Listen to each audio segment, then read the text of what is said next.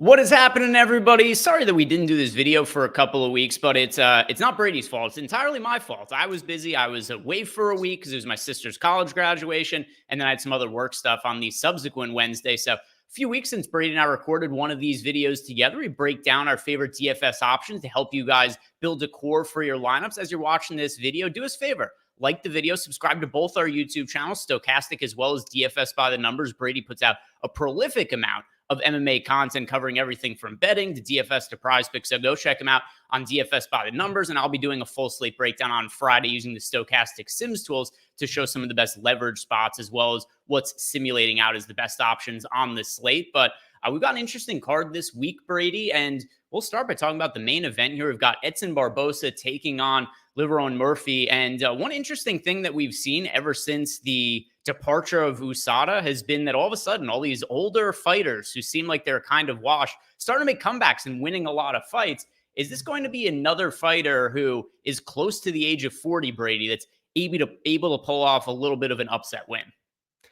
Yeah, maybe. I mean, we've been seeing it all year. It's like something weird's going on, man. I mean, is it because USADA left? Maybe, maybe not. But yeah, since USADA left, we're seeing some weird stuff. We're seeing, 39-year-olds, 40-year-olds, 41-year-olds going out there and looking like career best. We've been seeing guys that typically, gas out early in the fight, be able to go the full 15 minutes, no problem. So we're seeing some weird things, but Edson Barboza, he is 38 years old. The last time he did fight was back in October of last year, and he was able to actually, that fight surprised me. So first of all, he took a beating in the first round, 10-8 against Sadiq Youssef. And then after that, was able to finish the rest of the fight, went 4 more rounds, was able to land 164 significant strikes. So that was very impressive. He showed me that he can, battle some adversity, and not only that, but he can go the full 25 minutes. This is a big step up in competition for Liveron Murphy. It's like I'm looking through Liveron Murphy's record, and I'm not too impressed. These are, decent guys. Josh Kulabau, he's decent. Gabriel Santos, I think, is decent. Makwan Amarikani, he's cut. Douglas Silva de Andrade is decent. Like, if he's able to go out there and beat Edson Barboza, it's going to be the best win of his career by a mile. So for me, it's probably a dog or pass here from a betting standpoint. And then from a DraftKings standpoint, Edson Barboza at 7,700 definitely does draw some interest for me. We've seen him in multiple 5-round fights. This is going to be his 5th 5-round fight that is scheduled. Whereas Liveron Murphy, this is his first. We have not seen Murphy in a 4th round. We've not seen him in a 5th round. And just seeing Barboza being able to go the full 25 minutes last time out really, really impressed me there. So I'm going to have probably more Barboza here. I like the price tag. I like the savings. But, Murphy, he does have some paths here. He has some decent power in his own right. In theory, if there was to be any wrestling, grappling in this matchup, it'd probably come from the Murphy side. So there are some reasons to like Murphy, the younger guy as well. But, this price tag is very intriguing to me on the Barboza side. I find this very, very difficult to pick a winner of the fight. There's so many unknowns, and I did bring up that we're seeing a lot of older fighters find success, but in general, I'm not super high looking to roster featherweights, lightweights, bantamweights that are past the age of 35, particularly in close fights where Murphy's going to be a much younger fighter. But the other part of this card, and why I'm going to be much heavier on Barboza from a DFS standpoint, even though I don't have a real clear read on the main event, I think the line's about accurate. I think it should be close to a pick'em, and maybe Murphy being a slight favorite just because of the age difference between the two.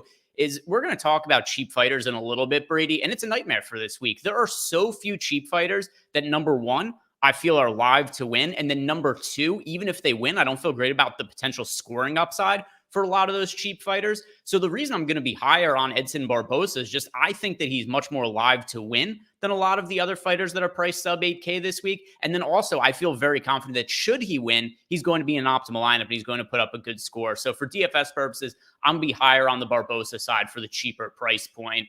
And now, what are you looking at for a pay up option? Because I think that a lot of the pay up options are live to win. I shouldn't say live to win. Obviously, they're favorites for a good reason. I think they're live to put up big scores. And I think a lot of them are relatively safe to win. But is there one in particular that you're honing in on for DFS you think stands above the others?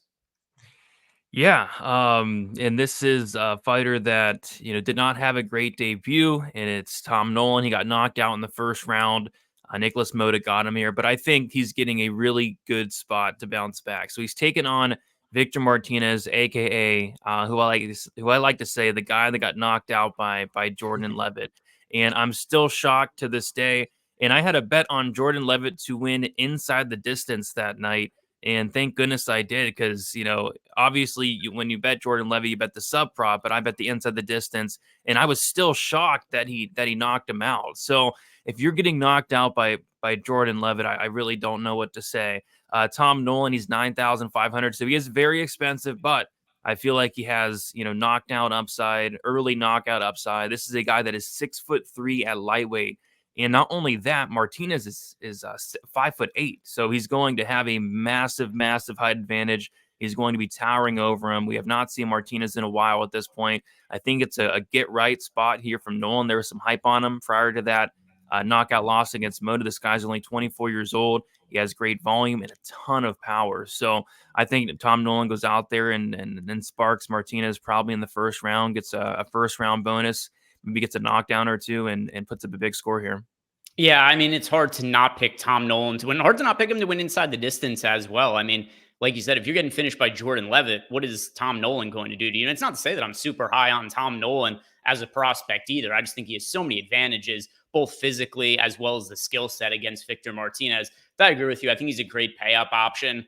I'm going to look where I assume is going to be contrarian on this slate with Piero Rodriguez. I've only placed 2 bets so far on this card, Brady. One of them is the Piero Rodriguez money line. I bet the opening line. She was minus 170 in the opening line against Ariana Carnelossi. And this is really just because of the wrestling difference between the two. And also why I think there's an upside in Piero Rodriguez for DFS purposes.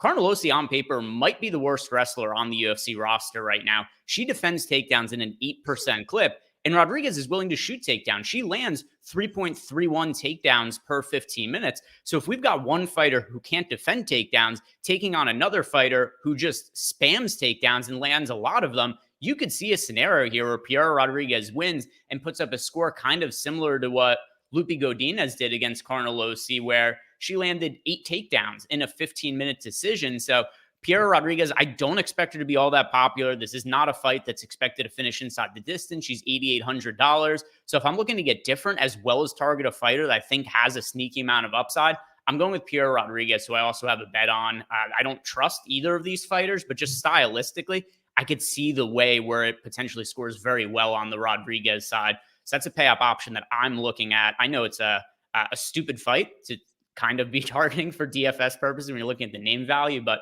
the data kind of indicates a good spot to be going to. Anything you're liking in the mid-range, Brady? Yeah, so there's a fight that is very it's a sketchy fight, man. It's a fight where, this line has been crashing down. It's the Themba Grimbo Ramiz Brahimaj fight. Like, I was looking at the lines last week. I was looking to maybe parlay the McKinney under 1.5 with something from this card. And I saw that Grimbo was like minus 200 and something, like minus 240 or something. And then, the next day rolls around, it's Sunday, and this line has just crashed down to the point where Grimbo's minus 135 and Ramiz Brahimaj is plus 115. And it's like, looking in this matchup, I think Ramiz Brahimaj is very live here, but there's some sketchy things on his side. The first thing is he has not fought in 2 years. And the reason for that is he had like a back or like a spine injury, like a really bad back injury where he said that he almost retired and didn't fight ever again. Kind of like the Brian Barberena situation where he had that bad back injury. So that I saw that yesterday, and it really kind of threw me off because I think Brian Maj is very live here. Grimbo, he's still very green and he makes a ton of mistakes. He's been finished in multiple fights, and Brian Maj is a guy that I do want to target. He's 7,800. He's the underdog, and he has a 100% finish rate and a 100% submission rate. This guy has not won any other way other than a submission, and 9 of those 10 submission wins come in the first round. So you want to target a guy like that. But again, there are some sketchy things going on. The 2-year layoff, the major back injury. But with all that said, I still feel like I got to target him. So I'm going Brian Mosh here, 7,800. But overall, I feel like it's a great fight to target. I feel like there's going to be a lot of grappling in this fight. I feel like we might see a finish in this fight, whether it's Brahimaj in the first round and a half. And then maybe if Brahimaj is not able to get that early finish, Grimbo can take down the stretch and get a late finish himself. So give me Brahimaj as my favorite play in that mid range. But this is a fight as a whole I think is very important. A fight that I don't think I'm going to bet, just because first of all I missed the line on Brahimaj majorly, and the whole back thing is kind of throwing me off a little bit. But a fight from a DraftKings perspective where I'm going to get some exposure to. I agree with you. I think whoever wins that fight likely scores very, very well. And we've seen that in Grimbo fights also. When he wins, he typically puts up very big scores, finishes, a lot of wrestling. Brahimaj, even when he was totally healthy without any real health concerns, he didn't have the best cardio. So that could be a path for Grimbo to take over late. But Brahimaj also live for the early finish. For me in the mid-range, I'm looking at another WMMA fight, Angela Hill. I like her in the mid-range against Luana Pinheiro for a couple reasons. But most of all, I don't think she's going to be very popular. Kind of the same when I was talking about Piera Rodriguez before. But there's also a path here for Angela Hill to score fairly well. This is one of these spots where, have you noticed for like the UFC stats / fight metric, Brady? Some of these WMMA fights, it's like a multiplier on some of the strike and significant strike numbers. And Angela Hill is one of the fighters who's benefited from that at times. Her last 2 wins have both scored right around 100 fantasy points. She lands 5.5 significant strikes per minute. And she's also fighting Pinheiro, who's, if you watched her fight for just 1 round, this is a future title contender. The problem is there's a second round, there's a third round to fight, and she's got 1+ round of cardio. And here's how I think the fight is most likely to play out. I'm very confident Pinheiro wins the first round. The second round, I think Pinheiro could probably win the second round as well, but it'd be more competitive. But I'm very confident Hill wins the third round. And in addition to that, if the second round is sketchy, Hill could have to really, really push a pace and cardio, which could mean a couple of things. Number one, big strike output in the third round from her. And also, I like her late round props. I don't know if you've looked at those at all, Brady, but Angela Hill is 24-1 to win in the third round. Just knowing that she's a fighter who doesn't slow down, and then we have a fighter in Pinheiro on the other side who very clearly does slow down, and that we've seen finish late in fights before. I mean, just her last fight against Amanda Hebos kind of played out the same way. She looked good in the first round. She starts to fade in the second round. She's a punching bag in the third round, and Hebos is able to put her away with, I think it was like a spinning back kick, if I remember correctly. So I think this fight could play out kind of similarly against Angela Hill. I like her at very, very long odds to win in round 3. And then for DFS purposes in the mid-range, I think she's a sneaky target to score 100+ fantasy points. That's what she's done in some of her recent wins. And don't be surprised if Pinheiro becomes a punching bag in that third round there. So that's a long shot betting angle I like, as well as what I assume is going to be not all that popular of a DFS play. The punt range, Brady, it's so difficult. I don't know if there's anybody you're really picking outright to win that's cheap this week, or if maybe there's just somebody you see that if they do win, they're going to score a decent amount of fantasy points. Help me out a little bit. Is there anything you're liking for cheap this weekend? No, not really at all. I mean, these options are not great. It's like Victor Martinez down there, terrible.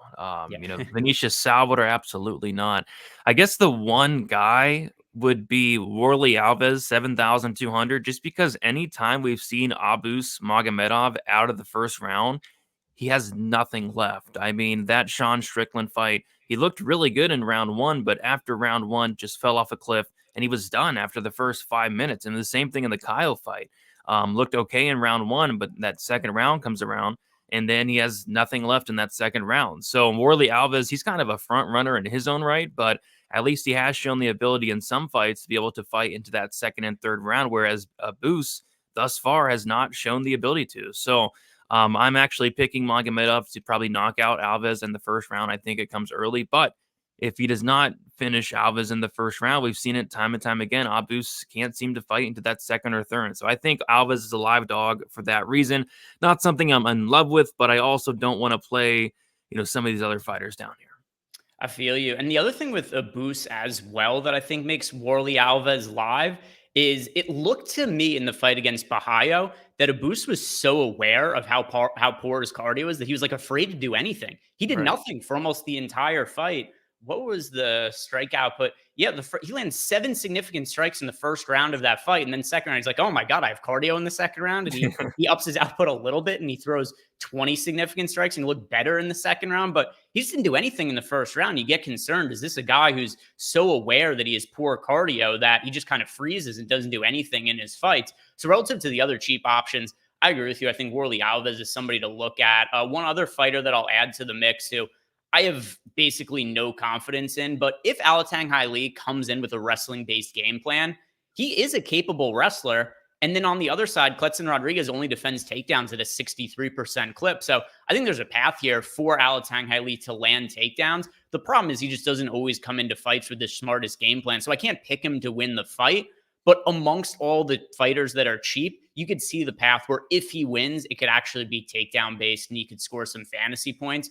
But it's with minimal confidence. And it's really just because the other options on the cheap end are so poor to the point where I don't think most of them win. I think most of them lose outright. And then even if some of them did sneak out a win, like somebody like Ariana Carnelosi or something, what does a winning score even look like from her? 60, 70 fantasy points. So I'm going to at least look for the fighters like you mentioned, Worley Alves. There's potential for a second or third round finish from him. Somebody like Alatang Lee, there is potential for him to implement a wrestling-based game plan and land takedowns, but it's minimal confidence. It's very, very difficult to go cheap this weekend. So I do think I'm going to have a lot of lineups that are built in the mid-range with some of those fighters that we talked about, in particular the Brahimaj as well as the Themba Grimbo fight. I think that's a good one to target. But any other final thoughts on the card here, Brady? No, I mean it's an Apex card, man. It's gonna be fun. We're gonna enjoy it and hopefully make some money. All right, guys. Thank you very much for watching. We're going to have a week off next week because there is no card for next weekend. Going to be a week off for the UFC. If you haven't done it yet, like the video, subscribe to both our channels, Stochastic as well as DFS by the Numbers. Enjoy the card this weekend, everybody, and good luck.